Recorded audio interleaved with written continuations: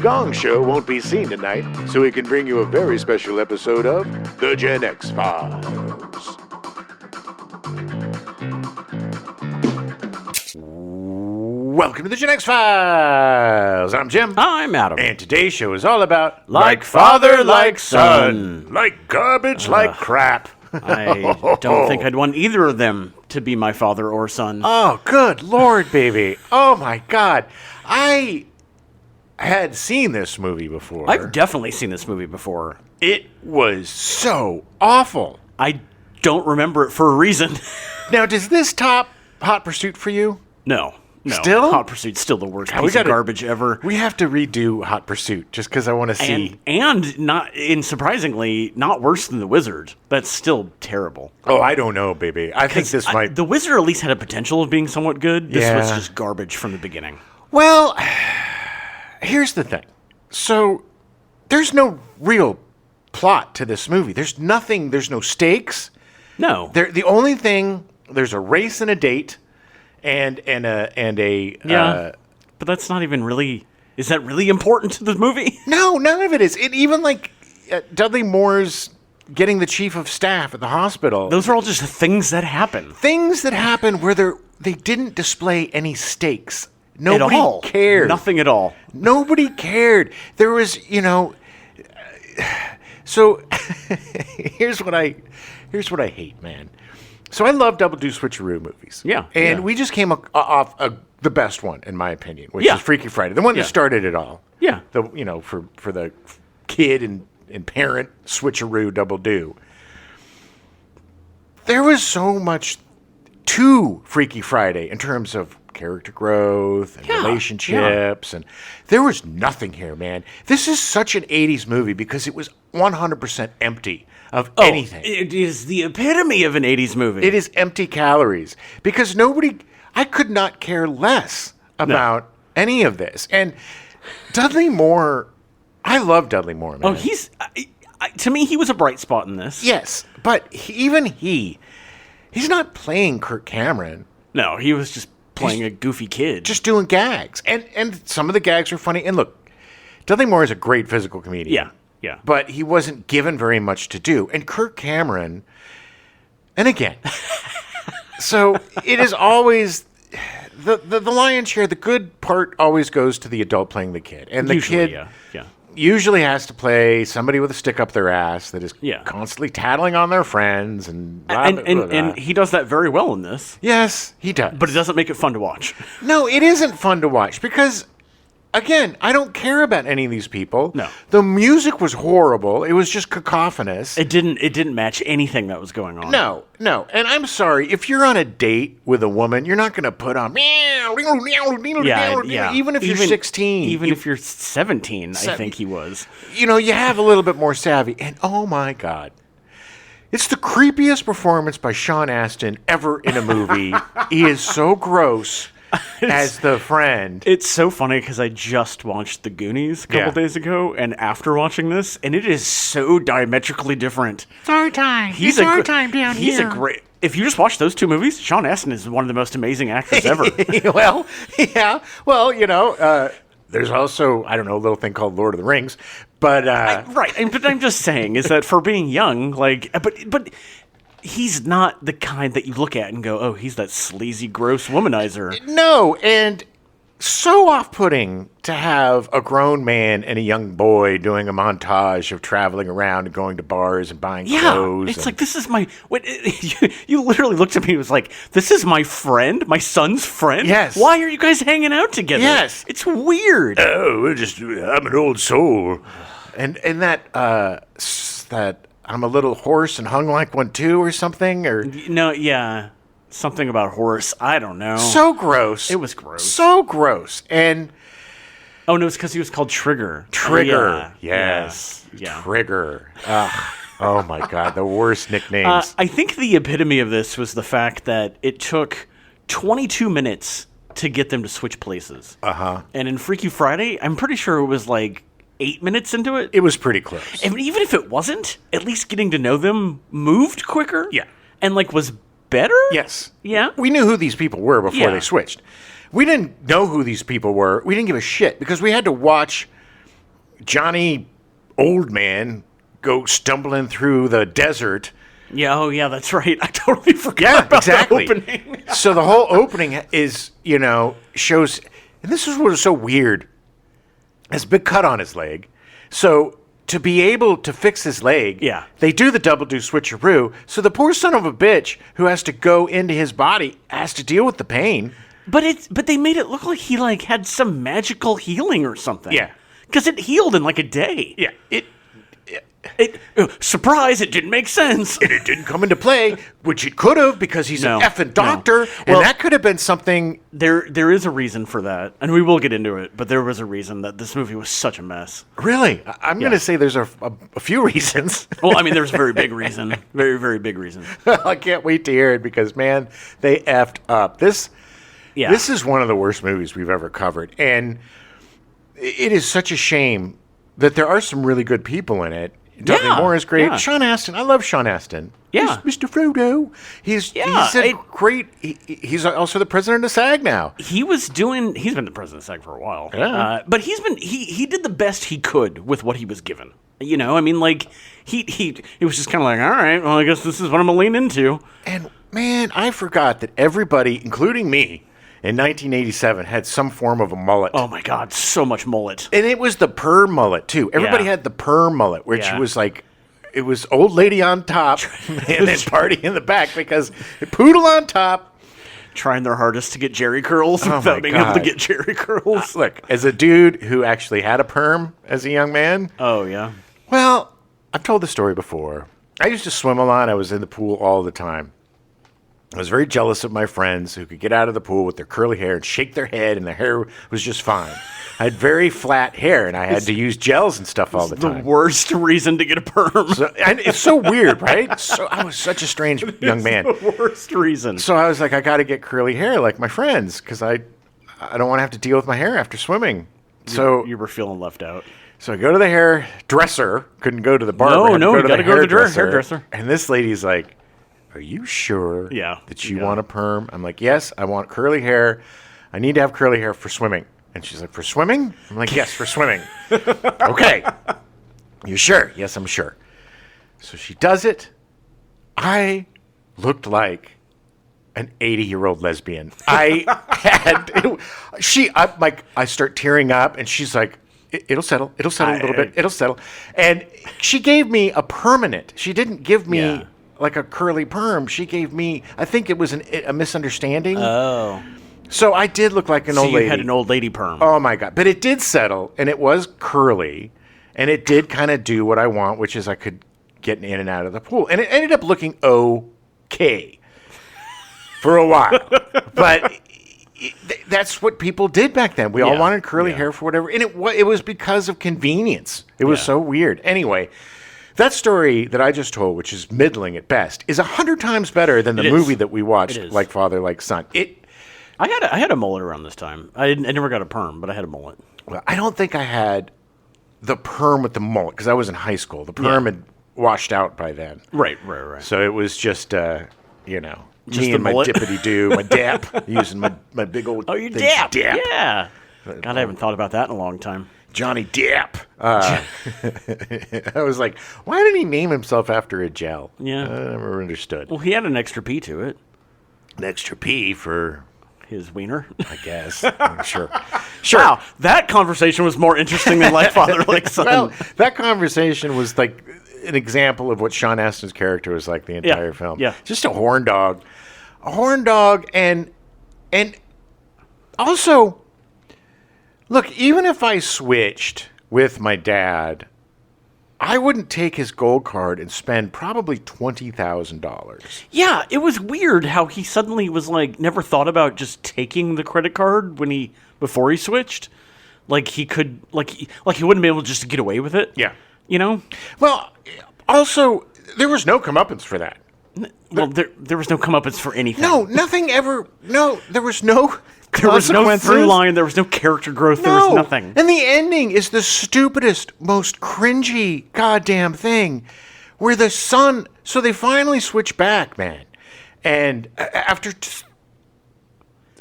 ridiculous. Interminable driving through Death Valley. Interminable, man. Like, at least Freaky Friday was like, look, the most uninteresting thing about this is the switch. Yeah. Like, we don't need any sort of gimmick. We don't need a witch doctor. We don't need coconuts. The writer and the director understood that all you needed was them switching. Right. It didn't matter to explain how. It didn't matter. And if you're really hung up on how they switched, then the movie failed. Yeah, exactly. Because that's what you're concentrated on, then, it's not what it's about. You decided not to go along for the ride. But so they countered that with a 20-minute opening with this guy and the Native Americans, and then the way that they got it was so stupid too. So Kirk Cameron and Sean Astin are going to Sean Astin's house. And, is this my crazy uncle? He's going back on the road because he's an anthropologist or whatever. Crazy old archaeologist. And but he's got this stuff that makes you switch bodies. I'll get you some. Well, and the fact that the uncle has that at all, Yes. like they literally switch back. Which, by the way, and I'm gonna die on this hill. Yeah. All they had to do was drink the goddamn stuff again. Yes. That's all they had to do. Yes. Because that's exactly what they did in the beginning. Because they never said that there were two different potions. No. And that you had to make two different potions. And even if, why didn't he have both potions? And because they wouldn't have just there given him wasn't one two potion. potions. Right, It doesn't make two. any sense. And because they decided halfway through production they needed a second potion. Exactly. And they didn't even use all the potion. The fact that the guy literally switches bodies and then he goes, and then the Native American was just like, here, take this fancy potion stuff. Yeah, take it like, with what? you. It's like, what? We have no idea What? who you are. Yeah. White man. We just saved your life. Yeah. Here you go. We have had such a great relationship with you white people that we'll just give this to you and trust you to do the right thing with it because you always do. Nothing's going to go wrong. Yes. Like, was that the tribe called the Pollyannas? Yeah. Was that the name? Oh my man. God. Yeah, and this is where, and then we will get into this, but this is where the script was constantly being rewritten, and they had no idea what to do with any of it. None. And you could totally tell that this was completely rewritten all the time because there was no plot. There was nothing that mattered in this movie. No. Nothing. Oh, you can argue, this. No, none of it mattered. Because he lost the meat, who cares? Went on a date, that didn't work out, who cares? Yeah. He effed up and didn't get He didn't get the chief of staff position. Who cares? Yeah. Nobody cared. And then the whole thing was, I guess the lesson we learned is that we need to be closer. Yeah, I mean, it's like the big get at the end was that they have a better relationship now. It didn't seem that bad at the beginning. No, the big get at the end also was, I want to be a doctor. I don't want to be a doctor. Yeah, which they didn't establish at the beginning either. No. And the fact that it's like, how did you not know that? Like, obviously, he was so uninterested when he was showing him the model of the stuff. Adam, he was just so blinded by his own hubris, and I guess. I get parents forcing their kids into stuff and not caring. That happens, but none of it was earned. Nothing was earned in this movie. No, nothing, and just setups for ridiculous gags that don't work. The whole it's just one cringe after another. It's making me want to throw up. It's one cringe after another cringe after another cringe. I mean, the whole thing with him, with the other doctor's wife. Yeah, none of it really. It was all just set up gags. Yeah, so he could burn the couch. Yeah. And he could flip stuff around because everybody was like, look, Dudley Moore is a comedic genius. And there is no argument to that. Yeah. But even a comedic genius needs tools. He needs a script. Yeah. He needs a story, and he needs a setup, and he needs other people that are in on it. Everybody just seemed vacant, disinterested, and not really in the movie. Yeah. I mean, I love Margaret Colin. She was a great 80s actor. Yeah. But she was so just blah in this. Well, yeah, because she had no point. All the women had no point. She was a plot point. Yeah. Everybody was a plot point. Yeah. This movie would not pass the Bechdel test. No, you sure didn't have Laurie Beaumont and Jeannie Ambusher. Catherine Hicks. Catherine Hicks. What was the point of her even being in the movie? She was another just a plot point to show that that he didn't care needed about to have a heart. Well, that I he guess. didn't care about being a doctor anymore because she was like, insurance company's bad. We need to, and I totally agree with her. Sure, we need to help. Why are we turning people away when they're sick? Right, We have a Hippocratic oath. You know what did that better? Scrubs. Scrubs did that much better. Well, Scrubs, strangely enough, is a loose adaptation of Like Father, Like Son. I don't know if you know that. The main characters. It was JD and Dr. Cox. Yeah. They actually switch. They did a double do switcheroo. That's what they did in the reboot. But yeah, she was just there to point out that he's lost his way. Yeah. And that all he cared, he's a good doctor, but he's going to make a great administrator. Yeah, yeah. And it did seem like he didn't really give a crap about doctoring anymore. No. And what gave him the love again?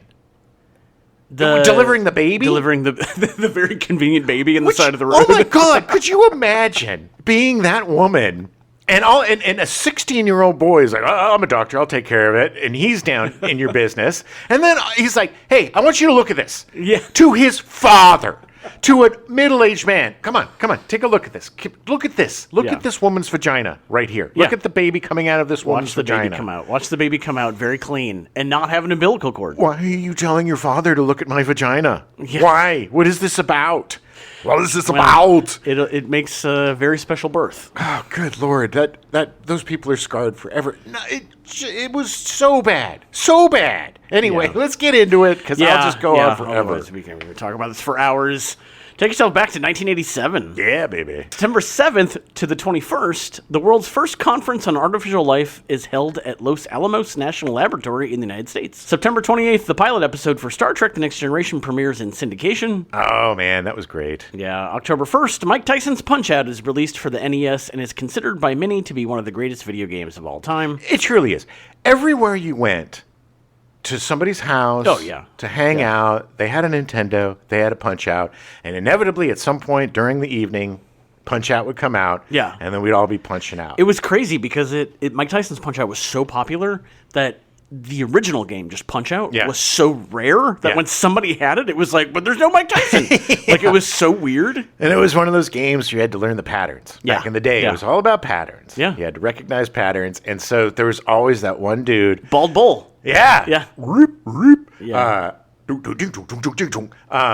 Yeah. Yeah. It was such a great game. It was such a good game. It was Glass-Jawed, whatever. Yeah, there was... Glass-Jawed Joe or something. Yeah, something like that. And then if you inevitably got... And this is back in the day where there was no saving. You had to get from the beginning to the end of the game in one sitting. You did. And so you would sit there and you'd play with your friends. And the way we would do it is... As far as you could go, you could go. Yeah. But then as soon as you died, you had to hand it to the next guy. Yeah, of course. Sometimes we would do it where we would switch off each bout. Oh, really? And be like, okay, you won this bout. Yeah, but then you run the risk of your friend being bad at the game and then not getting far enough. Yes. So it was... Yeah. It was... I can close my eyes and I can see every single opponent. Oh, yeah. Yeah. From Punch-Out. It truly was one of the most... such a phenomenal game. Oh, my God. Phenomenal game. October 2nd, Like Father, Like Son is released in theaters. Oh, man. It was not the Punch-Out of movies. No, Mike Tyson's Punch-Out had a better story than Like Father, Like Son. It sure did. So Like Father, Like Son comes from producers Brian Grazer and David Valdez trying to find a project for Dudley Moore. All right. I like that. More in a bit. Ooh, nice. See what you did there. Brian Grazer founded Imagine Entertainment with Ron Howard in 1985. In the ensuing years, Imagine Entertainment films have garnered over $15 billion in box office. That's crazy. I didn't realize it was 1985. Yeah. Yeah, I know. And I always forget that Brian Grazer and Ron Howard founded it together. Yeah. Well, didn't they work on Night Shift? Wasn't that the first thing they did? Possibly. I don't know.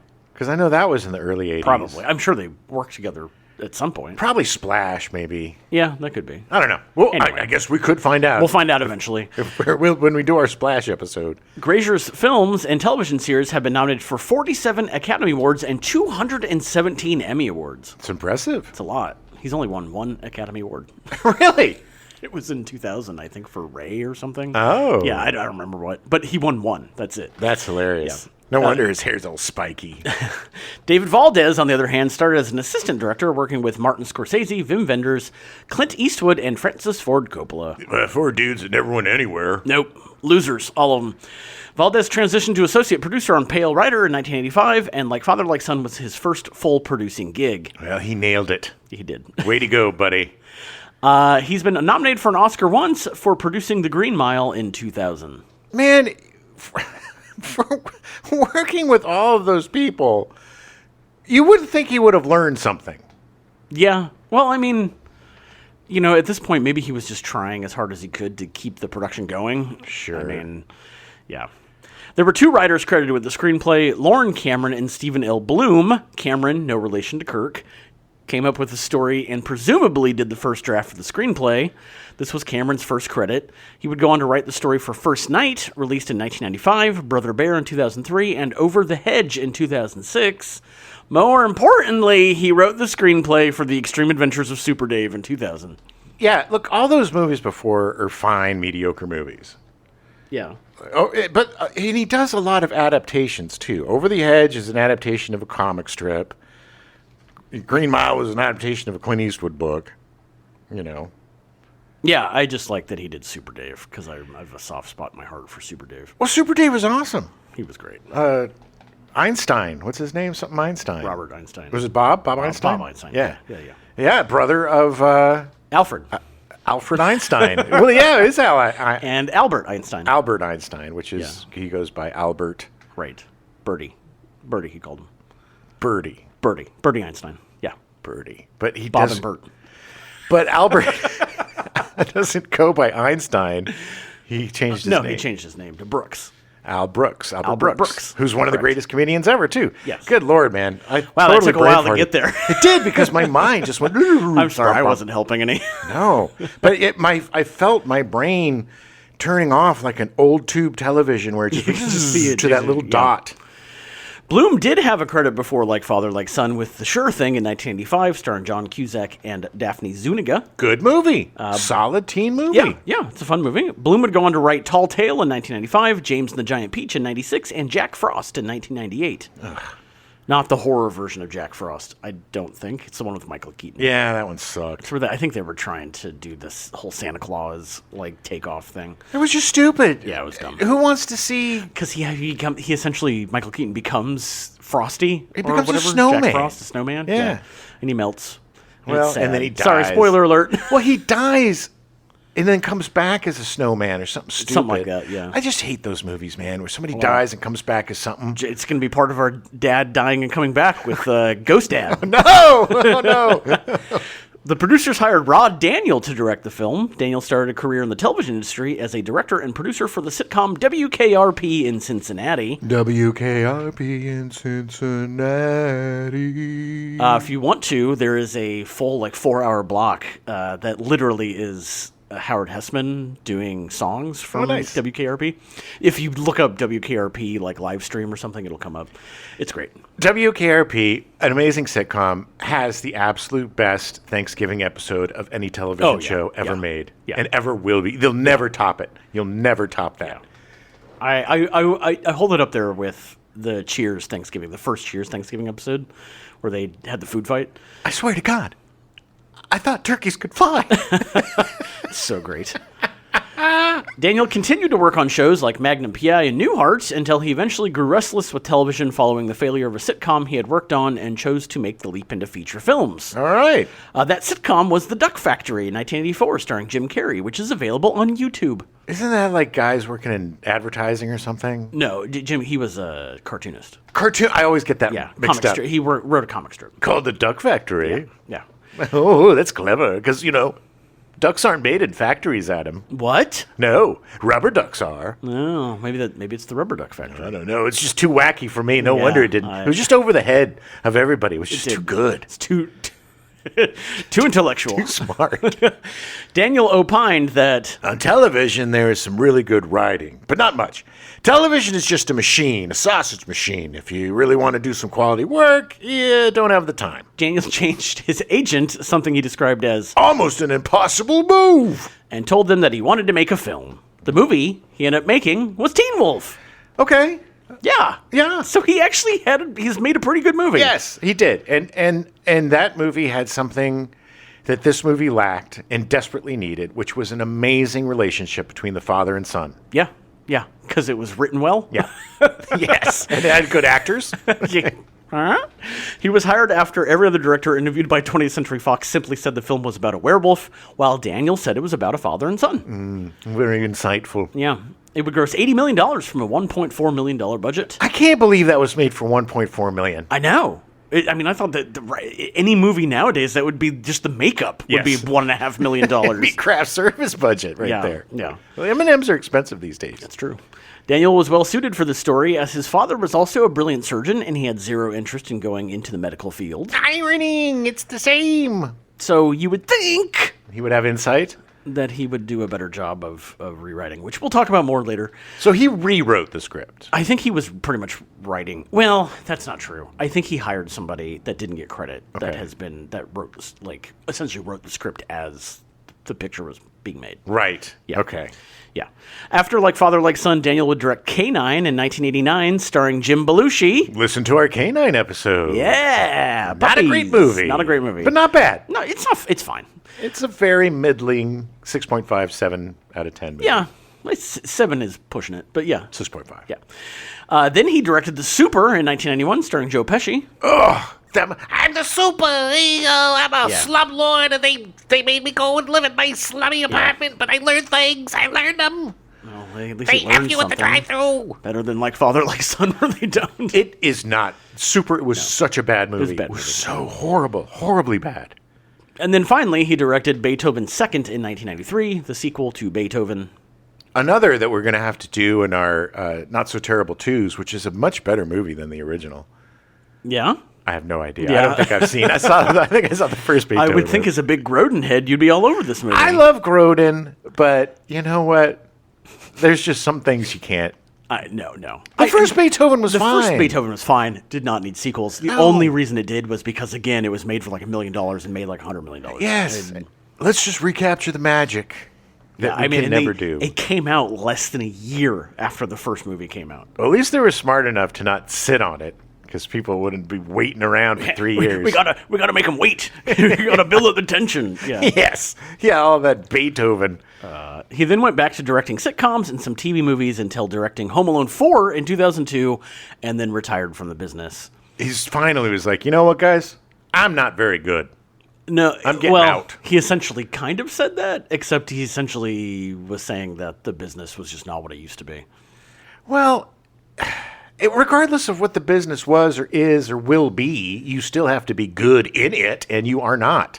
Everything that I've read about him, it seemed like he was probably not the most fun person to work with. Well, I get it. I don't know, man. It's just there are certain directors or writers or producers that continue to be able to fail upward for whatever reason, and it's aggravating. Well, he made one really good movie. Well, yes, and then rode that for like 18 horrible and then it movies. just never clicked again. No, because it was a fluke. Yeah. Because he had a good cast. Teen Wolf was an anomaly. It was lightning in a bottle. It should have never worked, but because of the crazy concoction that was the guy that played the father, whose name I don't remember. Yeah. I always want to say Paul Dooley, but it wasn't Paul Dooley. No. And Michael J. Fox and Michael J. Fox's friend and the girl playing Boof. Yeah, Boof. Which is like Boof. That's what we used to call throwing up. Or having anal sex was Boofoo. But Boofoo? and But effin'? effin', yeah. Boof, yeah. Boofoo.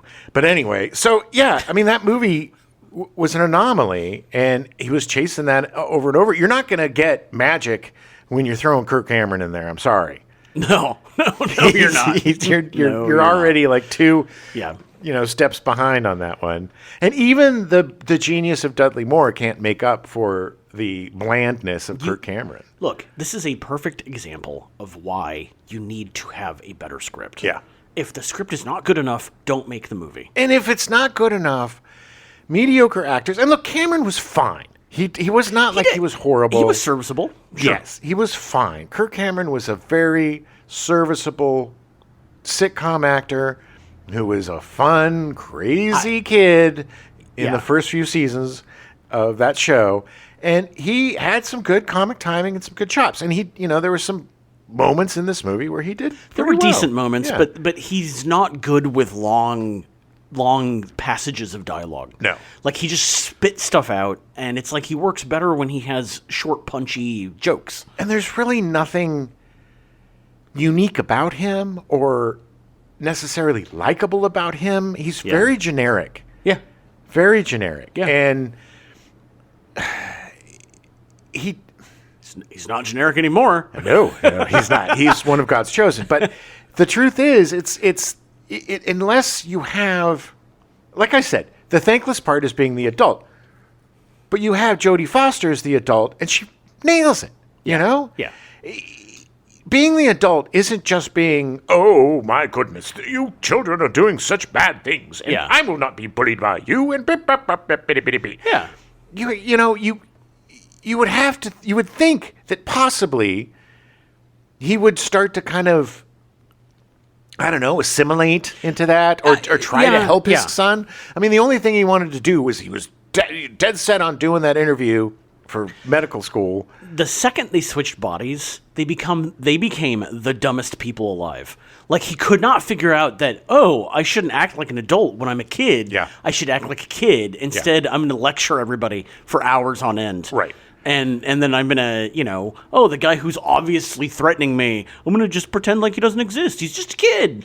It's like, they're just dumb. They're just made them dumb. Really stupid. And really stupid ways of moving the plot along. Like, it totally made sense for Dudley Moore to stay home once he became Kirk Cameron. Yeah. Because there's no reason for him to go. No, he would have killed somebody if he had gone into surgery. The fact that they brought Dr. Larry Armbruster. Patrick O'Neill to come and get him. No, that would never happen. No, not in a million years. No, never would they come to the house. As soon as a surgeon, especially one who never calls out sick, is like, I can't come in, they'd be like, oh my God, something must be wrong. You know? Let us know if we can help. Exactly. They wouldn't have the guy, I'm going to show up because obviously you're lying. Not only show up, but let himself into the house. Yeah. What the F? If my boss came to my home when I was homesick, let themselves out in. I'm calling the police. Exactly. You're going to jail, Dr. Brewster. Okay. Well, it's okay. So they cast Dudley Moore as Jack Hammond. Never going to get through this show. Nope. For the early parts of Moore's career, listen to our Foul Play episode, Moore's American film debut. Such a much better, much better. Such a much better. I want to watch that movie right now. Yes, and he is brilliant in it. He's so good in that. He did start as a musician and comedian. In 1979, Moore appeared in 10 with Julie Andrews, Robert Webber, and Bo Derek, written and directed by Blake Edwards. Now, I don't think that movie's going to hold up today, but at the time, it was one of the funniest movies ever. I've never seen it. It is a fish out of water. You know, it's basically... It's a Blake Edwards movie, which is a middle-aged dude going through a crisis. Right. Which is basically everything that Blake Edwards made in the 80s. He was going through shit. But he was really good at it. Yeah. And in it was about getting your fantasy and then realizing that your fantasy isn't your fantasy. What you actually want. Yeah, exactly. Yeah. And it was one of those movies, but it was told... Be careful what you wish for. Yeah, but it was very body, and it was very personal. Sure. I mean, I'm sure it's great, and we'll cover it at some point. And there is a sequence where Dudley Moore, he has some dental work done, and he's taking painkillers, and he's drinking, and taking painkillers, and he's drinking. And it is one of the most hilarious sequences ever. I mean, look, say what you will about, a lot of the movies of Blake Edwards probably don't hold up today, the non-Pink Panther ones. But for me, as a kid, S.O.B., Victor Victoria, 10, I loved those movies. And that guy was one of the greatest comedic directors, in my opinion. Oh, yeah. So 10 would make $107 million at the box office against a $5 to $6 million budget. So it was quite the box office smash. Oh, man, and everybody wanted to get those cornrows that Bo Derek had, those sleek. Her hair was like clickety-clackety, clickety-clook. Yeah, it's like, okay, yeah. George Segal was actually cast in Moore's role, but didn't show up for the first day of shooting, leading the production actually getting canceled. What? Who does that? Moore was a last-minute replacement to try and get the production back on schedule. Such a beautiful casting.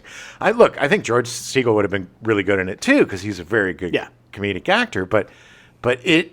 it would not have been the same movie. Surprised you worked at all after that. What happened? I want to know why you did. I don't think I'm going to do it. I was drunk. I don't feel good. Let's just cancel the movie. I don't want to be around hot women. Whatever. I got a lot of cocaine to do.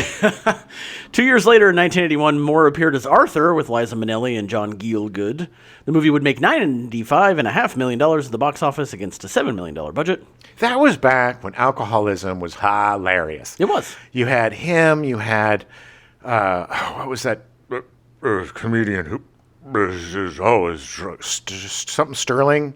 Sterling Hayes or something like that. Sterling Hayden? Maybe, but there was, that's a different guy, I think. Yeah, I don't Preston Preston Sturges. That's a different guy, too. But there was certain comedians that their whole shtick, was just being an alcoholic. We didn't see alcoholism as a disease back then. No, it was just a funny drunk. Yeah, drunks were funny. Yeah, a lot of them were British. Well, yeah, that all started with Otis, the most lovable drunk of all on the Andy Griffith Show. Yeah, oh yeah. He would come in and let himself into the jail cell to sleep it off, and then he would let himself out after having a great breakfast from Aunt B. Sorry. Go ahead. Arthur was actually nominated for 5 Oscars, including Best Actor for Dudley Moore, but he would lose to Henry Fonda for On Golden Pond. Understand, Henry Fonda was just about dead. Completely different roles. I mean, it's hard to compare the two. Listen to the loons, Norman. The loons are singing, you old poop. I'm so old, but I'm working with my daughter. After, Moore was in a series of romantic comedies that didn't do terribly well. They did not know what to do with him. Arthur was such an anomaly because it wasn't just him being a drunk. Yeah. There was a lot more to it. But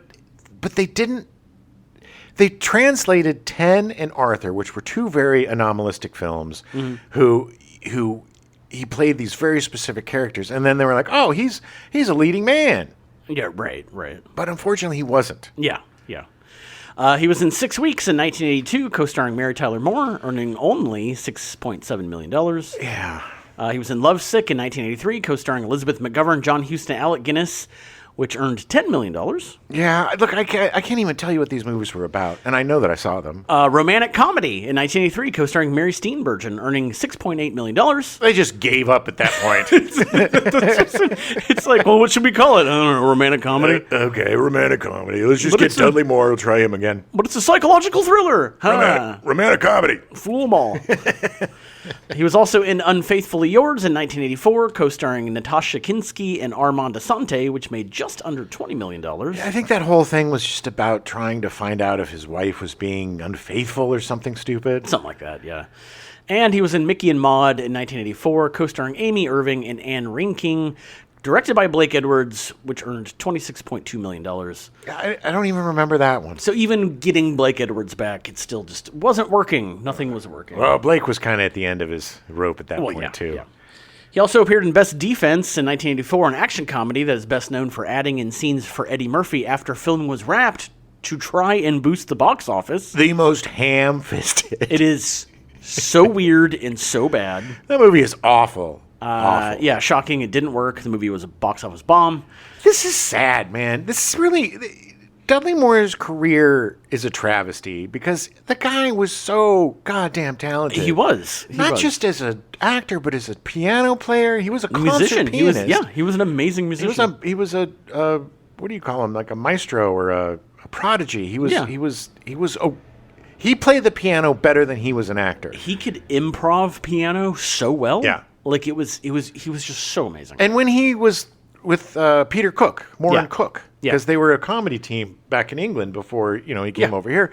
They used a lot of music in their comedy, and he was hilarious. It's just one of those people that is so effing talented in every aspect of who he is, and just got done dirty by the 80s bullshit. Yeah, it was Comedy just Factory. The wrong time. Yeah, unfortunately. In 1985, he was also in Santa Claus, the movie, co-starring David Huddleston, John Lithgow, Judy Cornwell, and Burgess Meredith. Yeah, didn't he play an elf? I think so. Yeah, actually, now that you say that, yes. I'm definitely an image of Dudley Moore as an elf in my mind. It's like, come on, man. Really? He's a little guy. Yeah. The movie was a critical failure and a box office bomb. When Moore was presented with the concept for Like Father, Like Son, he was on board immediately. The idea of swapping bodies appealed to me, and it was a good excuse to be a kid again. Although I don't need an excuse. It was just a fun story. I had been 16 years old once, and I don't pretend to be a professional adult. I really didn't play a 16-year-old. I think that would have been mildly boring. So instead of going for accuracy, we went for the fun of the situation. I was playing an attitude, not an age. Yeah, ooh. And I get what he's saying, but Yeah. it just didn't work for No. the movie. No, I get that he was playing his version of a stylized kid. Sure. Way too much emphasis on the bubblegum, Dudley. Oh, my God. You could have used a little bit less of that, but I get it. He was trying to put his spin on it, Yeah. his type of comedy, which is kind of a bumbling, clumsy. Right. But the problem is that it wasn't him just becoming a kid again. Like, if it was big and he was Tom Hanks Yeah. and suddenly he was an adult Yeah. when he was a child, then this would work. Sure. But he was playing his son, which he obviously wasn't. That's the thing with these double do switcheroos. They live and die on the characters. And you Yeah. have to play a semblance of who the other person is. Yeah. And they were both just kind of doing their own thing. I even said, like, okay, why doesn't Cameron have a British accent? Yeah. Well, especially because the cat started barking. Yes. So it's like... So he should have had a British accent. He couldn't do one, probably. Not to mention the fact that they established that at the beginning with the Native American. Yes. Who suddenly lost his accent completely. Yeah. And sounded just like a white dude. Yeah. You Yeah, know? and then the other guy only spoke in whatever Native American language that tribe was. Yeah. So, yeah, I guarantee you it was just that Kirk Cameron couldn't do it. Oh, no. There's no way. You know? There's no way. But if they got a better actor that could have played, like we said, Cameron was serviceable in the role, but if they had somebody that could ape Dudley Moore and do a Dudley Moore, that would have been hilarious. Because Dudley Moore was funny as the Doctor, charming. Yeah. There was a certain likability about him that Cameron completely excised. Because Cameron has no likability at all. Aw, but you're not wrong. But that's the thing. You can't. They were from two different movies, right? Yeah. Yeah. There was no. The thing about Freaky Friday was they were being each other. Yeah. Very obviously they were each other. So much so, Yeah. and very well done. If you want to see the PhD of double do switcheroo performances, look at Barbara Harris as the adult. And Jodie Foster, Yes. because when she's talking to her friends, you can see her trying to figure out how to talk to them. Yes. Because it's not like she's just like, well, I'm the adult and I'm the adult. Right. It's like, how do I get to you kids? Because you're kids and I got to figure out how to talk to you. Exactly. Ooh, stakes. Yeah. Oh my God. Character development. What? Character development plot. Ooh.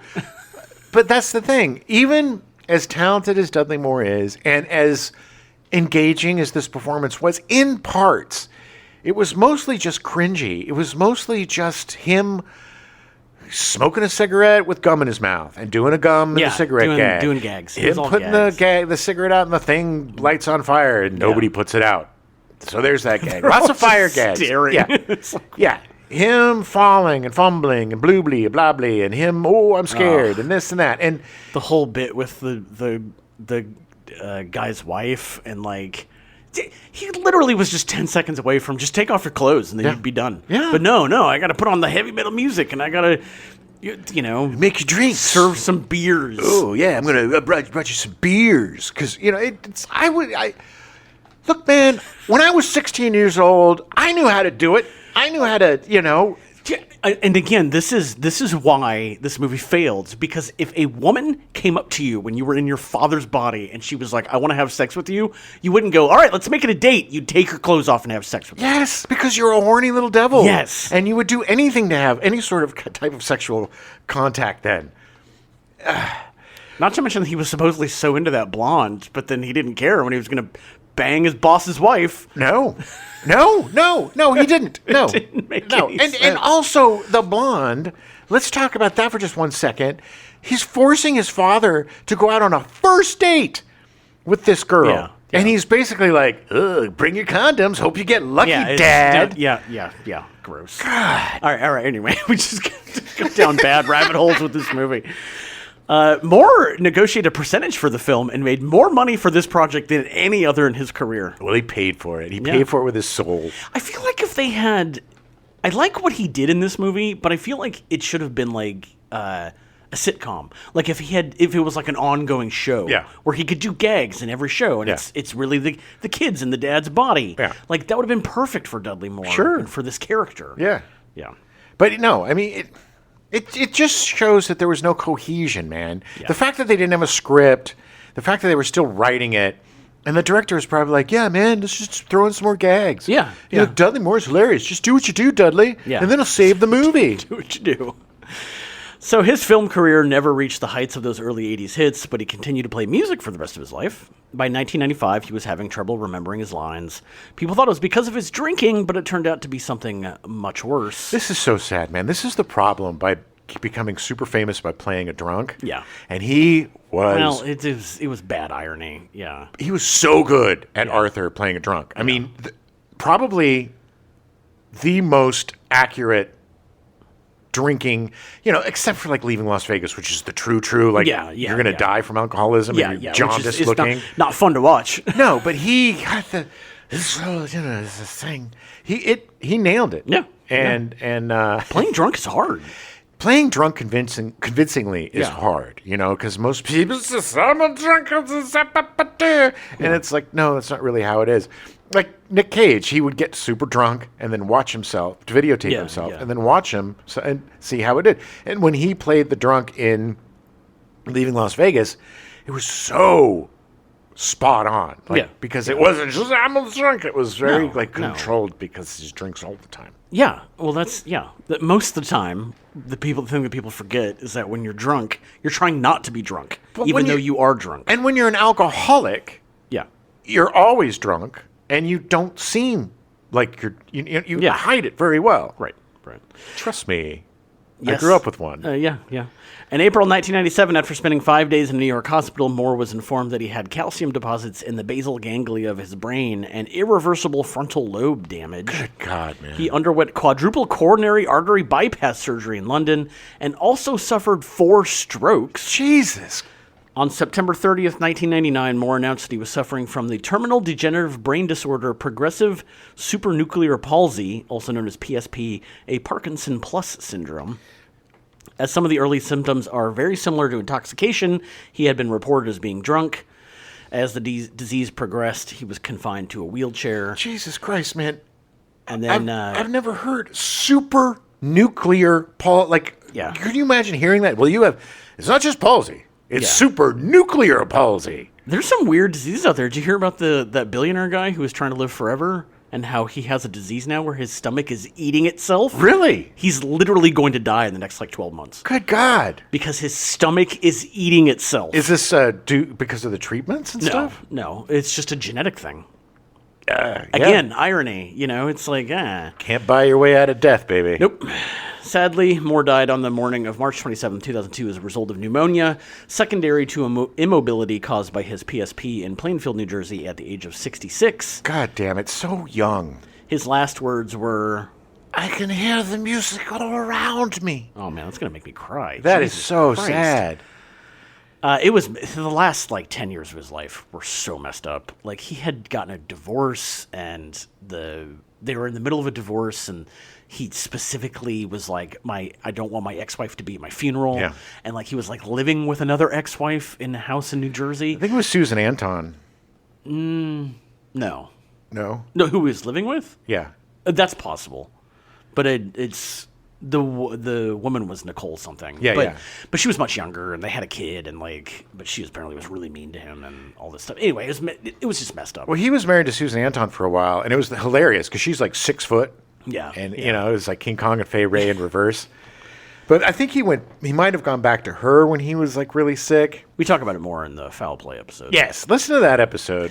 Yeah. And we will definitely be talking about Dudley Moore again. Oh, so, we gotta do Arthur. Yeah, Arthur and 10. I would love to And cover 10. both. Yeah. Yeah. I mean, we could do we should do a Dudley Moore month. Yeah. We just got to Pay find tribute. one more movie. Yeah, well, Arthur 2 on the Rocks. Oh, man. We could have done Foul Play if we hadn't already Yeah, done it. yeah. Kirk Cameron was cast as Chris Hammond, the son. Cameron started acting at the age of 9, appearing in a television commercial for a breakfast cereal.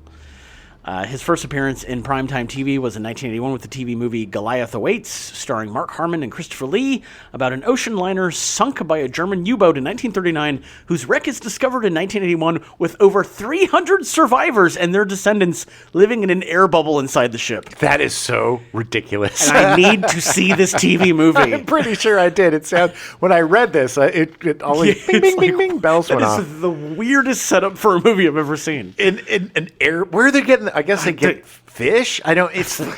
We're gonna have to watch this movie. I have to see it. I don't. Yeah. In 1985, Cameron was cast in Growing Pains as Mike Seaver. Over the show's 7 seasons, Cameron would appear in 167 episodes. He would be nominated for 2 Golden Globes for his part, but lost both times. Oh. Yeah, I think it was. I'm pretty sure it was to like Ted Danson, like or something. Well, he wasn't that good. I mean, he was your typical, troubled youth of, which is like, oh, he chewed gum in class or something stupid. Yeah. He would get bad grades and whatever. And that poor girl, Tracy Gold, who was on that show that played his older sister. Yeah. They made so many fat jokes about her on the show. Mostly Cameron making the fat jokes. She was not fat at all. No. But it caused her to become anorexic. Yeah. And she almost died. Well, it's just like the younger brother who was gay. Yeah. And refused to come out for the longest time because Kirk Cameron was such a dick to him. Such a dick. And his sister was Candace Cameron. She was on Full House. On Full House. Cameron Burr. And now she's like a total anti-LGBTQ. Yeah, well. She Hallmark was too gay for her, so she had to start her own Christian network to make. Sure, we're never going to have those types of people in. If you need to have your romances gay free, come and watch our super special Christian network. Yeah. His feature film debut was in 1986 with The Best of Times, starring Robin Williams and Kurt Russell. Not a bad movie. It was actually pretty fun. Have you seen that? No, I've never seen it. So Robin Williams and Kurt Russell were on a football team together in high school, and Robin Williams effed up the championship game. Oh, okay. And he lost it for him. And it's a small town, so everybody hates him for this. So he tries to do a redo of the game. Oh. And he gets everybody together. Right. And hilarity Hijinks ensue. kind of ensues. But it was fun to see Kurt Russell and Robin Williams together. Okay. It's just one of those Robin Williams comedies that was in the upper echelon of his bad work. Yeah. But not, Right. Yeah. Well, the producers of Like Father, Like Son actually sought out Cameron as he was becoming one of the more popular characters on Growing Pains. Big mistake. Yeah, I know. Cameron didn't have to audition. He read the script and accepted the part, liking the underlying message of the film. Which is what? You don't want to be a doctor? Yeah. I like the whole fact that kids don't want to be doctors. Shortly after Like Father, Like Son, Cameron became a born-again Christian and started objecting to certain scenes in Growing Pains. Ugh. After the show ended, he started a ministry and would only act in projects that espoused his belief system. Now, look, I'm not ing Christianity or people having an awakening of faith, but it's the people that shove it in your face and make it their entire personality and then force you to change, bend to their newfound righteousness is just so annoying. I hate to say this, but it's always the one who finds the thing, and then it's like, shut up about it. Like, I get it. You're into this now. Shut up. I had a friend who became born again, and you're absolutely right. It's just like if you get somebody getting into model trains or somebody that all of a sudden gets into Legos or whatever, it becomes their entire personality. My roommate, my freshman year, got into a fraternity, and oh my God, that became his life. Yes. Literally, he would pick up the phone and say to the person, I was trying to figure out how you were connected to my frat. And he was like, oh my God, I wanted to punch him so hard. Well, he's not supposed to call it a frat. Because you don't call your country. He would never call it a frat. I did all the time, right to his face, because he was a jackass. Do that too, because how's your frat? It's a fraternity. It was in his case, it was super sad because he was Jewish and he got into a Catholic fraternity. Oh, boy. And he literally was the pet. Oh. It was sad. That is I didn't know sad. that until after we were almost done with the school year. But I felt bad. How could you let that happen? Man, low self-esteem, I suppose. Yeah. He loved that frat, though. Woo, buddy. Well, Kirk Cameron loved his evangelicals. Yeah. Cameron's conversion to Christianity also prompted a commitment to kissing no one other than his wife on screen. Okay. For this reason, his real-life wife served as a stand-in for a scene in the film Fireproof, in which his character, Caleb Holt, kisses his wife, Catherine, who was played in the film by Aaron Bethia. Caleb Holt. The scene was shot in silhouette to obscure the fact that he was actually kissing his wife. Whatever, dude. Just quit acting. If you can't act, quit. There's another... I mean, at that point, you're not acting anymore. No, and it's just like, come on. There's another actor who's Catholic, and he won't do love scenes or kissing scenes with other women because of his wife, and he's just like, I don't understand why people are so upset about it. And it's like, because you're pushing your crap. It's not really kissing anybody else. My God, Yeah. Just grow the F up. Yeah. Just grow up or quit acting. Are you that insecure in your faith that you think kissing another woman, you're going to suddenly just start banging them and you're going to cheat on your wife? These are the people, Adam, that discover religion or have a conversion because there's something in their life that is effed up. Yeah. And so they need this set of strict morals to keep them in line. And Of course. most of the time, they don't stay in line. They are the ones that need the religion the most, and they're the ones that follow it the least. Or just follow the wrong aspects of it. You know, if you're getting into Christianity because you're a homophobe or a misogynist, then you're not really into Christ. Right. You're just into the Old Testament. True. He most recently crowdfunded a TV show, Adventures with Iggy and Mr. Kirk. Cool. Margaret Colin was cast as Ginny Armbruster. We also, let's not forget all the Left Behind movies he did. I didn't want to talk about them, so we didn't. Everything he's done since his conversion has been Christian-based. I think he even has a production company that's all about doing Christian But again, stuff. I didn't want to talk about it. Okay. Margaret Colin was cast as Ginny Armbruster.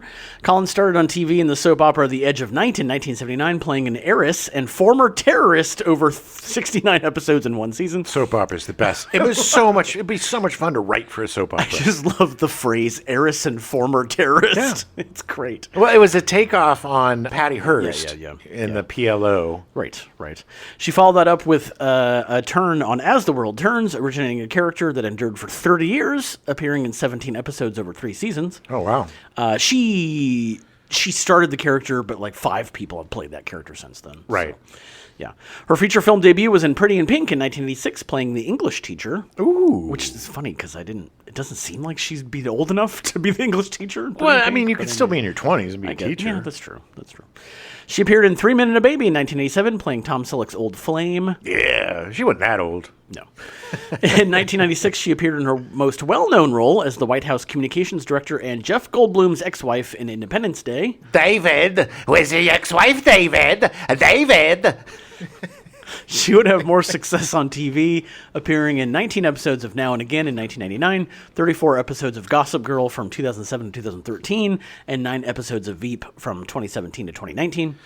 I really liked her. I like her. I think she always had a crush on her. I thought she was just such a good character actor. Yeah. She slipped into every part. Solid. Everything. One of those people you never have to worry about. Yeah. Almost forgettable because she slides in so well. Yeah. She and to be honest, it was really sad that they didn't give her hardly anything to do in this. Again, a plot point. It was just going to be the sex pot. And Every woman in this movie was a plot point and not a character. Yeah, it's very sad. She most recently can be seen in the 2026 movie Talks about plastic surgery. Interesting. Yeah. Catherine Hicks was cast as Dr. Amy Larkin. Hicks started on soap operas as well, appearing in 210 episodes of Ryan's Hope between 1976 and 1978. So crazy that between 2 years it was 200 episodes. She gained more recognition for playing Marilyn Monroe in the 1980 TV movie Marilyn, The Untold Story. Ooh, I bet you she was the Norma Jean part of... Would you think they hired somebody else to play Marilyn? Mm-hmm. Yeah. Because somebody prettier. Wow. You're an awful human being. Hicks was one of the leads in the Bad News Bears TV show, appearing in all 26 episodes of the show's one-season run. Yeah, she played, I was going to say Buttermaker. They did a switcheroo and made Buttermaker a woman. Her feature film debut was in 1982 with Death Valley, the serial killer movie, co-starring Paul Lamont, Stephen McHattie, Wilford Brimley, Peter Billingsley, and Edward Herman. Ooh. I think it's about a family that picks up a serial killer or something. Okay. Out in Death Valley.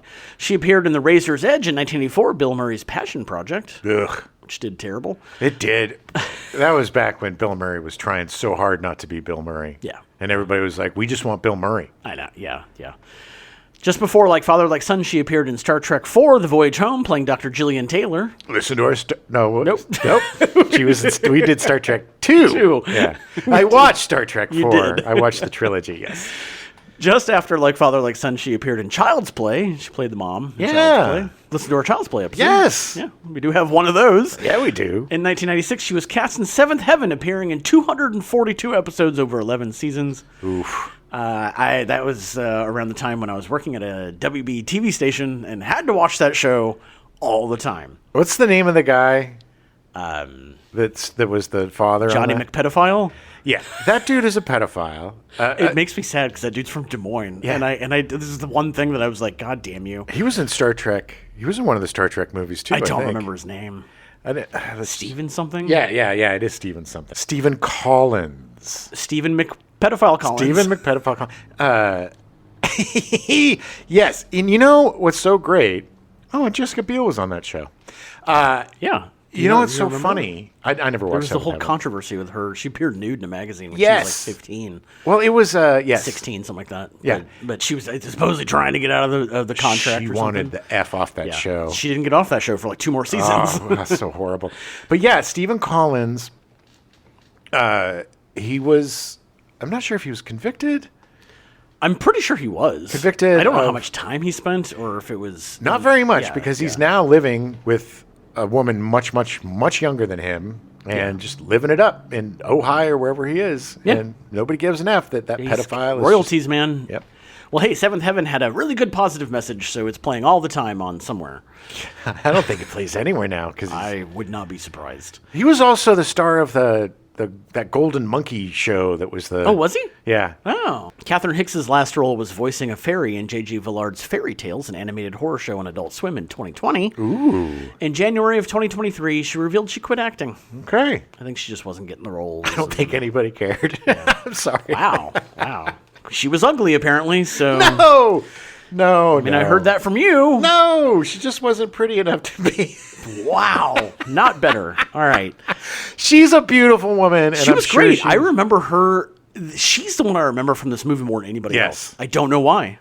Well, because she at least acted. She had passion. Yeah. You know? She actually had growth and made one of the characters change their mind. Yes. Well, didn't really change his mind. He just was like, that was his thing. He just, whatever. Yeah. No, she didn't change his mind. It was just that the kid was in his body and the kid wasn't an asshole. I'll second it. Well, why Yeah, not? sure, why not? Insurance companies jerks. You had such a... Why have you changed so much, Yeah, Dudley Moore? nobody wonders why he's, yeah. Patrick O'Neill was cast as Dr. Larry Armbruster. O'Neill was born in Florida to Martha and Coke Wisdom O'Neill. That's the coolest name I've ever I had heard. to add in Coke Wisdom O'Neill. Who names their kid Coke? Who names their kid Coke Wisdom? Maybe he's Native American. I don't know. I mean, he could have been born, I don't know. Coke Wisdom O'Neill. Patrick O'Neill would serve in the Air Force during the Korean War and moved to New York to pursue acting after receiving his discharge. Nice. O'Neill never had a huge acting career. He played the lead in Broadway on Tennessee Williams' The Night of the Iguana in 1959, but when it was made into a movie in 1964, the lead role went to Richard Burton. He's a weird-looking dude. I mean, he's a very 70s-looking guy. Yeah. He had a lead role in The Kremlin Letter in 1970, directed by John Huston. He appeared in The Stepford Wives in 1975 and The Stuff in 1985. Yeah. Which I think is what I remember him from. Yes. Is The Stuff. That's a good horror movie. It is. O'Neill's real passion was for the restaurant business, operating a number of establishments on the west side of Manhattan from 1963 on. His final film role was in 1992 with Under Siege. Yeah, baby. Yeah. That was with Tommy Lee Jones. Tommy Lee Jones and Steven Seagal. Chair Kung Fu Master Steven Seagal. I can't lift my leg. I'll slap you. I'll slap you. Slappity slaps. O'Neill died at the age of 66 on September 9th, 1984, of respiratory failure in Manhattan. At the time of his death, he was also suffering from lung cancer and tuberculosis. Oh, my God. 66, same as Dudley Moore. Yeah. Super sad. Yeah, all his restaurants are closed now, but they stayed open for another 10 years after he died. Probably left it to his kids, and then his kids ran it into the ground. Probably.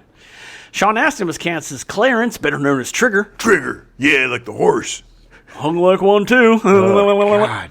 Gross. Astin, this is finally we get to talk about Sean Astin and his weird father situation. Yeah, we've been teasing that for years. Astin is the son of Patty Duke, and until recently, no one was sure who his father was. I might have been his father. It's true. It was reported in the tabloids that the father was Desi Arnaz Jr., but Duke wasn't sure. That's just weird. I know. Potentially, it could have been Arnaz, John Astin, or Michael Tell, a music composer. Tell offered to marry her to dispel the rumors in the tabloids, but the marriage lasted only 13 days and ended before Sean was born.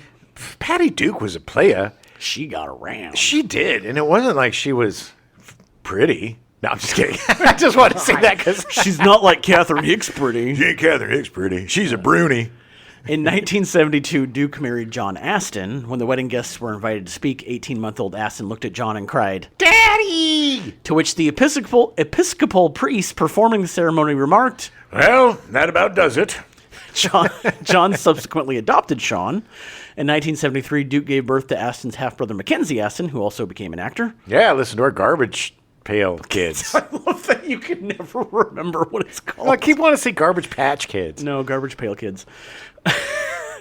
Duke and John Astin divorced in 1985. Duke married Mike Pierce in 1986, and they adopted a son, Kevin, in 1989. When Astin was 14, Duke told him that Arnaz was his biological father. Almost a decade later, in 1994, Astin met Tell's niece, the music composer, who suggested that Astin get a paternity test. Yeah, what the F? Why did it take so long for somebody to tell him to get a paternity test? I don't know. Did they not have them back then? I said no. You just guessed. A lady would wave their hands over you and go, "This must be the dad." All right. Yeah. It was crazy because they went on Jerry Springer to find out. Not the father. And Desi Arnaz was like, "Whoop, whoop, yeah, I'm not the dad, yeah, whoop, whoop, whoop." Michael Tell was found to be his biological father. Astin developed closer relationships with all three of them, saying, "Desi Arnaz Jr. loves me, and I love him." Astin considers John his father as John raised him. Astin is also close to his stepfather, Mike Pierce, saying, "I can call any of them on the phone anytime I want to. John, Desi, Mike, or Papa Mike. My four dads." Yeah. Which, it turned out good in the end. Yeah. They were going to make a sequel to My Two Dads called My Four Dads, but they thought nobody would believe that. Yeah. It was just four Hollywood dudes living with John Astin. The lesson learned here is live your life, do whatever you want, bang a bunch of dudes. Yeah. It doesn't matter. Guys have sex all the time with women, and there's no repercussions. This whole double standard thing, or calling a woman a slut because she enjoys the company of men, it's bullshit. It is good for bullshit. Patty Duke. Yeah. Good for her for enjoying her sexuality. Yeah. Astin's first acting role was in a 1981 television film, Please Don't Hit Me, Mom, in which he played an 8-year-old child with an abusive mother, portrayed by his mother, Patty Duke. She really hit him during it, All too. the time. All the time. It was a documentary almost. They actually wrote the movie because she hit him so much. Yeah.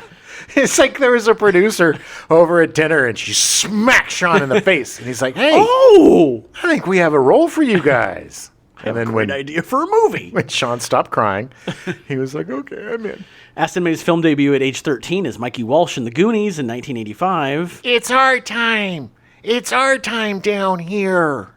Like Father, Like Son was only his second feature film. Wow. Yeah. That's why he was so good in it. We will cover Astin in more detail in some future episode because at some point we're going to cover The Goonies. I can't believe we haven't covered The Goonies. I know. It blows my mind. I really thought we did. I don't know. Camille Cooper was cast as Laurie Beaumont, the blonde. The other plot point? The other plot point. The son's plot point? Like Father, Like Son was Cooper's feature film debut. Cooper was only active as an actor for 8 years, retiring in 1995. Her other big movie was Shocker in 1989, written and directed by Wes Craven. Yeah, about a serial killer who gets electrocuted and then his body turns into electricity. Yeah. So stupid. He's an electric ghost. Yeah, I think the killer was played by the guy from the X-Files. It was. Yeah. I can't remember his name. I can't either. I love that His actor. name, but yeah. Dabney Coleman. Dabney Coleman is not the name. No, it's not. Her final movie role was in Lawnmower Man 2, Beyond Cyberspace in 1995. Since, she has become one of the leading experts in relation to the government and media. Oh. In 2019, Camille took over as Vice President of Public Policy for RAIN, the Rape, Abuse, and Incest National Network. Previously, she served as Director of Legislative Affairs for the National Association to Protect Children, Protect Inc. Damn. Cooper helped spearhead the Protect Our Children Act of 2008, the largest crime bill of the 110th Congress, which was signed into law by President George W. Bush. Nice. This bill brought unprecedented changes, innovation, technology, and resources to law enforcement, resulting in hundreds of millions of dollars of spending for law enforcement job creation and technology development, including a global law enforcement information sharing and conflict resolution internet portal. Wow, she is probably the most consequential person we've ever covered on the show. And I don't know, I know what she was going for in the 2008 Protect Our Children Act, but that's around the time when they got enough money to start buying tanks. Really? So, might not be the greatest thing in the world. We'll see. They had so much money to spend that they were like, yeah, we're going to buy flak jackets and we're going to buy giant RPGs because we need them. Yeah, this. They did not use the money the way that they were supposed to be. They perverted the spirit of the bill Yeah. into basically militarizing our police. But I love the fact that she was, I think she still is vice president for RAIN. RAIN is a great organization started by Tori Amos, which I've seen her perform for RAIN at benefits a couple times. Nice. Yeah. Skeeter Vaughn was cast as the medicine man. Skeeter Vaughn, baby! He was the old guy. He was raised on a Cherokee Indian reservation where he was called Gray Otter. Okay. He began his career at age 12 as a knife and tomahawk thrower in a traveling show. Man, growing up in a certain time, the jobs were insanely cool. Yeah. During World War II, while he was serving, he made an 87-foot knife throw to take out a Nazi sentry. It's the coolest sentence that has ever been said on this show, ever. It's so great because he talked about it for years, and he was like, yeah, the guy just never turned around. Well, wouldn't you? If I got a Nazi with a knife from 87 feet away, I would never stop talking about it. You would never have to buy another drink forever. What's that tattoo on your arm? That's me throwing a knife from 87 feet and killing a Nazi, which I did in World War II. Literally said that he had to aim 3 feet above his head because he was so far away. Insane. Yeah, the guy was fascinating. So impressive. He made his feature film debut in 1972 in Housemaid of Dawn, about a young indigenous man who commits murder on his reservation and is forced to live in the white man's world. Ooh. I don't think he played the young man. Oh, okay. He mostly played Native Americans in movies and TV, including The $6 Million Man, The New Mike Hammer, and Magnum P.I. Then I must have seen him on The $6 Million Man and Magnum P.I. I don't think I watched the new Mike Hammer. The new Mike Hammer? You just watched the old Mike Hammer? I like the old Mike Hammer. I preferred to the new one. It's like new Coke and old Coke. He continued to show off his knife-throwing skills at shows throughout his entire life. In fact, up until apparently up in Wrightwood, where I used to go ziplining, which unfortunately I believe has all burned down now. Oh, no. Burned down a couple years ago. But they would do what they called Pioneer Days, and he went there every year and did shows every year up in Wrightwood. Nice. Yeah, it's a nice little town. Who's playing the Nazi? Nobody wanted that job. Sadly, he passed away from a heart attack in 1989. At 66 years old! No, he was, Okay. He was older.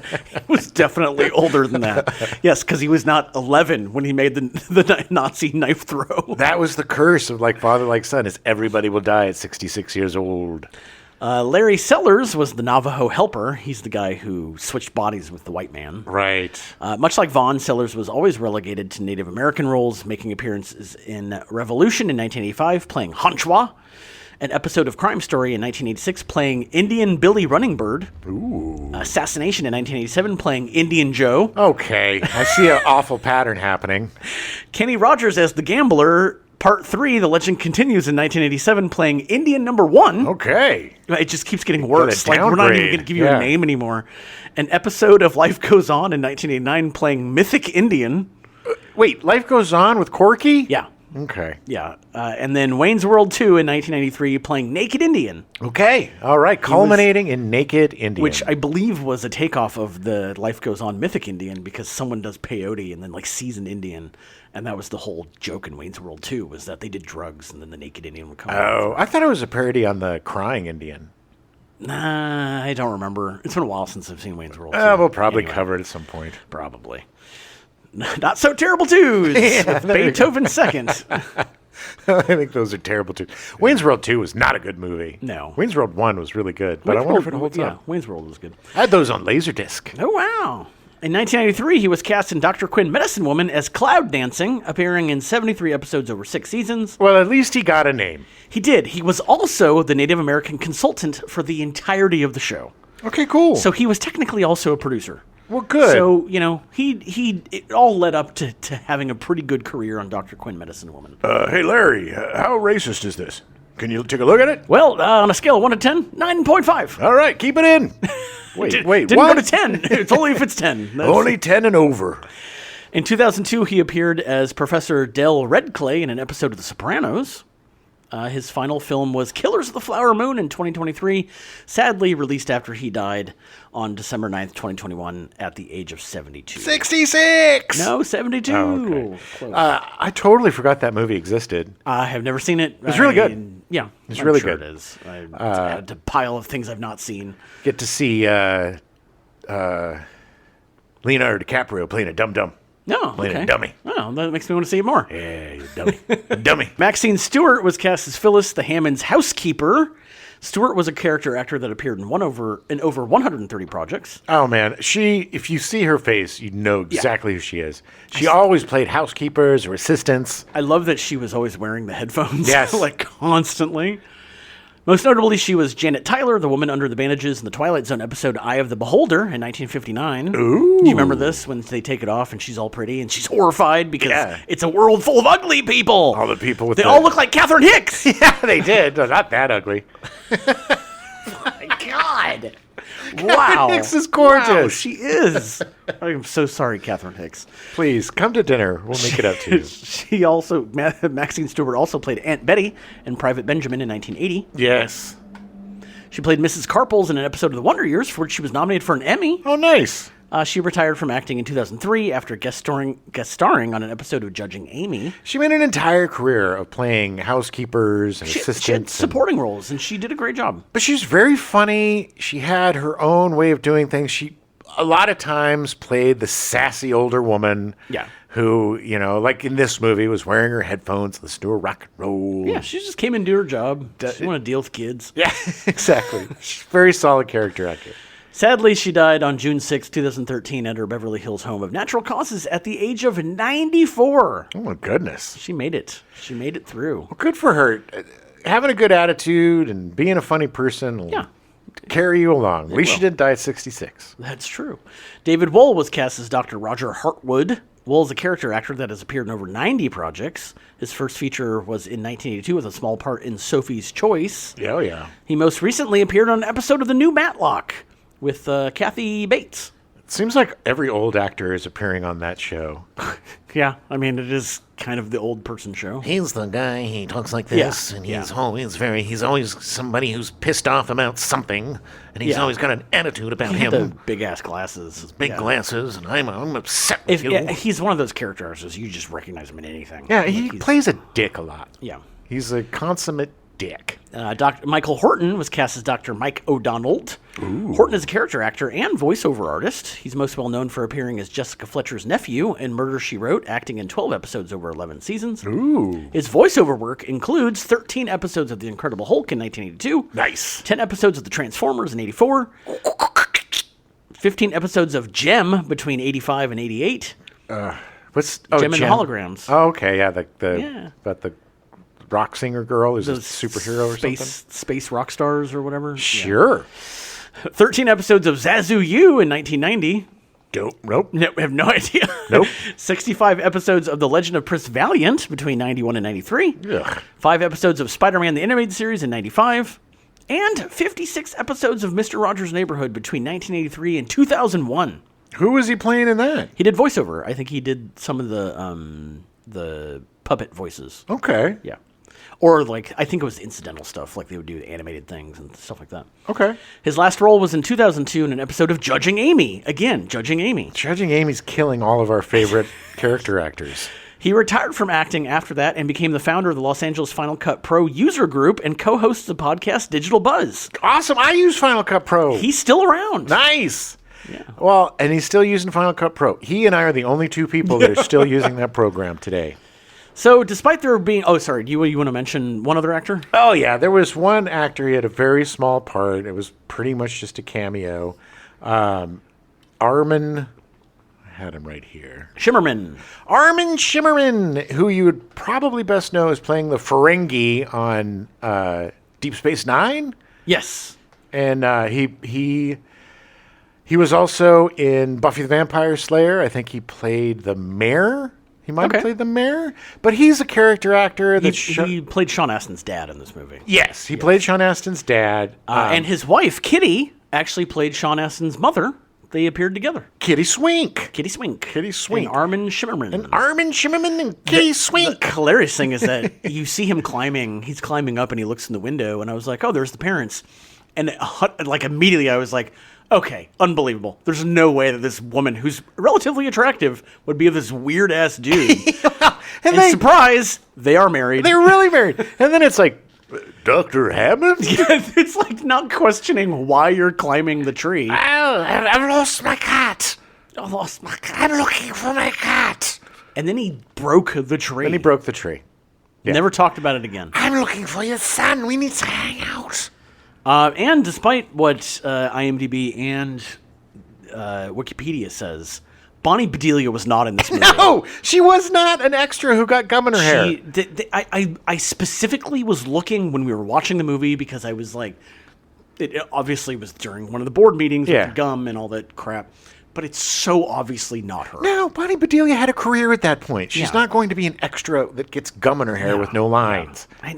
She wasn't. It wasn't a favor to somebody. It just was someone who looked like Bonnie Bedelia. All of you people that constantly talk about how Bonnie Bedelia was in Like Father, Like Son, just stop it.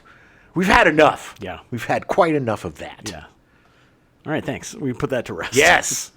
So despite there being only 2 credits for the writing, the director, Rod Daniel, has gone on record saying that the script was constantly being rewritten during the production. The script went through so many rewrites prior to production wrapping that even Cameron himself admitted he wasn't sure what the movie was about. That's not a good sign. He did know it wasn't about God. Well, he did. This is why. Maybe this is the movie that turned him to religion. No.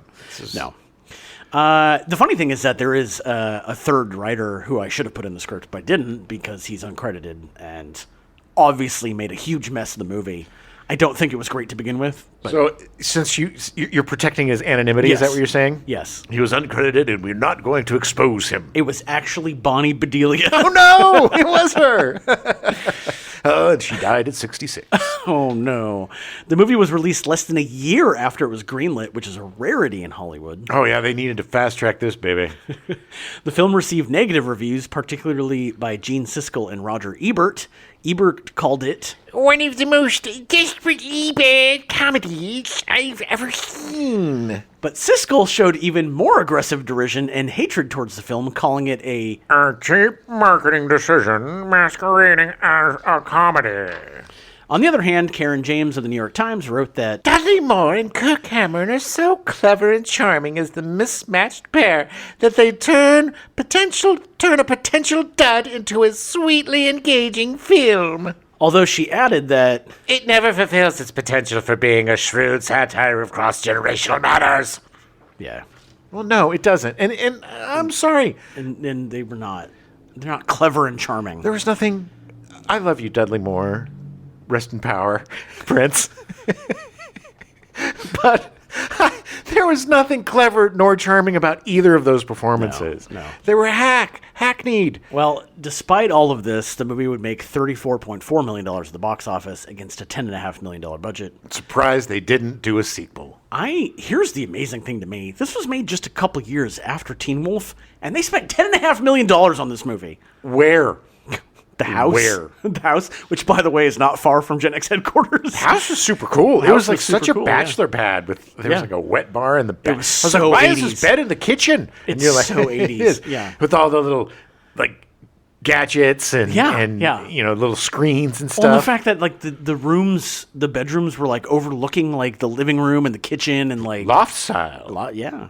Yeah, and the whole AV area with the big TV and all the rock and roll. The movie did not open at number 1. It opened at number 2 behind Fatal Attraction. Listen to our Fatal Attraction episode and watch that movie because it's much, much better. Much better. I figured maybe, we still have 2 more of these movies to get through. Well, I can't imagine. And look, I said this when we did our shitty movies month last month. Yeah. that nothing could be as bad. The Wizard can't possibly be as bad as Mac and Me and the Garbage Pail Kids. Yeah. And how wrong we were. But I do remember liking Vice Versa. I from everything that I've seen and what I remember, I think Vice Versa is going to be a much better movie. I think it's deeper. I think it's more interesting. And definitely a better actor in Little Fred Savage than Little Kirk Cameron. And I think Judge Reinhold, if I remember correctly, he gets the assignment. Yeah. He's really good. And then, look, 18 again, George Burns is awesome. It's not. I haven't seen it in a long time, so but I feel like it's going to be kind of the outlier because it's not really going to be like a body switching movie. No, because I think it's really more about an old man reliving his youth. But good Lord, so I would not recommend this movie. No. Even if you're a huge Dudley Moore fan, which I am, it's just kind of a dark mark on his... Yeah, it was unfortunately another in kind of the bad roles that he was getting. I'm glad he made a ton of money from it. Yes, me too. That's good for him. And he tried. Look, Dudley Moore always tried. But there are certain actors, like Jim Carrey or Robin Williams to some extent, where you can just say, go. Yeah. And they'll do their thing and you get a movie. Like, Pet Detective. Right. That movie is just stupid, but it's because so dumb. Jim Carrey talked out of his butt and just did all of his shtick. He could carry that movie and make this piece of garbage something watchable and ends up a star turn. And he was so homophobic he had to take a 4-day shower after he kissed a man that turned into a woman. A trans woman. Yeah. Sure. This is what they called him back then. No, they called him ew back then. The movie does not hold not up at effing all. But Sorry. But unfortunately, Dudley Moore, as hard as he tried and he did his shtick, it just was shtick. It didn't. There's no character development. Sometimes you can take an actor like Robin Williams or Jim Carrey, and they can do a thing, and then the movie's good. And unfortunately, Dudley Moore just doesn't. He's really good, but you still have to have something else. Well, you need a plot. You need stakes. This movie just meandered. There was 18 effing montage scenes to really bad hair metal music. Oh my God! It seemed like every 30 seconds there was another montage. Yes, to like really bad hair metal. Just bad music. Yeah. Then they went to that concert. Autograph. Autograph. Yes. Autograph. They did the song Turn on the Radio. Do you remember that? Turn on the radio. That was Autograph. Yeah, okay. Yeah, the one hit they had. Yeah. Again, they all died at 66. They didn't use it in the movie. No, they didn't. Because that would have made sense. But it was gag setup, and you knew everything that was going to happen. You knew he was going to lose the race. You knew he was going to F up the promotion. You knew everything was telegraphed. Yeah. Nothing was subtle. And it was just a by the numbers. Okay, how do we get from point A to B to C? Yeah. What can we do to get there that is so inorganic and is so uninteresting that people are just going to... It's boring. The fact that you have Double Do Switcheroo movie that is... The cardinal sin is boredom, man. Yeah. And I didn't give an F about either of them, and neither did they, because the resolution of this film is so milquetoast and dumb. None of it made any difference. It didn't matter. None of it mattered. And I didn't see I did not see the growth that they supposedly had. No. I did not see anything about Dudley Moore rediscovering his love of medicine. He didn't do that while he was the kid. No. He liked teaching. He sure liked getting up there and being a little brown noser. Maybe it was the baby. Was it the baby? Maybe. But it wasn't very clear. But it was also, him being like, oh, yeah, my son doesn't want to be. But he didn't. Where does that come from, too? It's not like through his. No, it didn't make any sense. The problem is when you're in your son's body, you need to experience things that you get to know who your son is. Right. And that your son doesn't enjoy this stuff. And, there was none of that. And with the father, he didn't get to know, oh, my God, my dad works really hard and he saves lives and he's actually a good guy that blah, blah, blah. None of that. No, they just switched bodies back, and then they both decided that he didn't want to be a doctor, and that the dad wanted to be a doctor, and that was it. The resolution came because as they were switching, Kirk Cameron's like, I don't want to be a doctor. I don't want to be a doctor. And Dudley Moore is like, I want to be a doctor. I want to be a doctor. And then they switch, and then Dudley Moore's like, oh my God, maybe my son, who has never been interested in medicine, super bored every time I show him something, and gets failing grades in the things that he needs to do well in, doesn't want to be a doctor. Oh my God, revelation. Yeah. And then the son goes in and does the cringiest. My God, if my son went in and started saying all that bullshit to my boss about my promotion, I would beat the shit out of him. Well, not to mention the fact that they would call security. Yes. Get this kid out of here. What is he talking about? He's obviously insane. Get him out. And he was saying nothing. My dad really likes being a doctor. My dad he wasn't himself. It was me. I did it.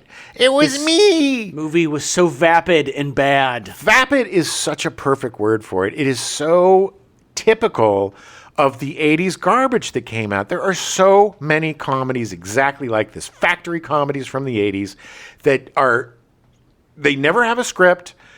They have a couple of leads. They have a concept. Yeah. And then they just put together this garbage. So many movies like this, even movies I like Dr. Detroit, just concepts that are DC Cab. So many things that are just concepts with poor execution. As much as I loved DC Cab as a kid. I'm going through movies that I loved as a kid. But I never loved this movie as a kid because it was just so stupid. And I've always been a fan of double do switcheroo movies. Yeah. I really find them. I would love to have that experience in real life. It's a great concept, yeah. Because there's so much you can do with it. There's so much that you can experience. And in this example, there's absolutely nothing of substance. No. No growth. No. In the last shot, it's indicative of how stupid this movie is Sean Astin runs over to the bully, who, by the way, the bully looks like he's 35 effing years old. He is a man. He is a full-on, fully grown man. He was 22 when they shot this. Yeah. Well, he looked like he was 30. Yeah, he looked older, yeah. And so he is in the hospital for whatever, I don't know, he got hurt in the race? No, because he got punched. Yes. He got punched and fell down the stairs. Yes, he got his comeuppance because violence was always the answer in the 80s. Violence was the answer. And so he's in the hospital from that punch. Yeah. And then Sean Astin, he gives him the goop. And then he and the jerky chief of staff, Dr. Armbruster, I hope you have insurance. What are you looking at, dickhead? And then, you hear the scream. And then here's a soft out-of-focus shot of them just laughing. They turn around and they're like, they're going to have some fun. They switch the bodies. Let's go get a burger. All right. I think we're done. Yes. Oh, my God. This was not... Okay, well, next week will be a much better movie. Oh, I hope so. Vice Versa is a better movie. It actually has a plot, and I'm excited about it. It'll be fun. I feel like it's going to be a much better movie. If it's worse... It's not. I'm quitting the show. It's not. If it's worse, then I'm done, because it can't be worse than this. There's no way. Good Lord. All right, we'll see you next week. The name's Trigger, as in horse, as in hung like. Kill me. Happy birthday, America. All right, here we go. September 7th to the 21st. First? Wow. September All of a sudden, Sylvester the Cat is co-hosting the show. September 7th to the 21st, the world's first conference on artificial life is held at Los Alamos National Laboratory in the United States. Yeah, thanks. We now return you to your regularly scheduled programming, the Teenage Mutant Ninja Turtles, already in progress.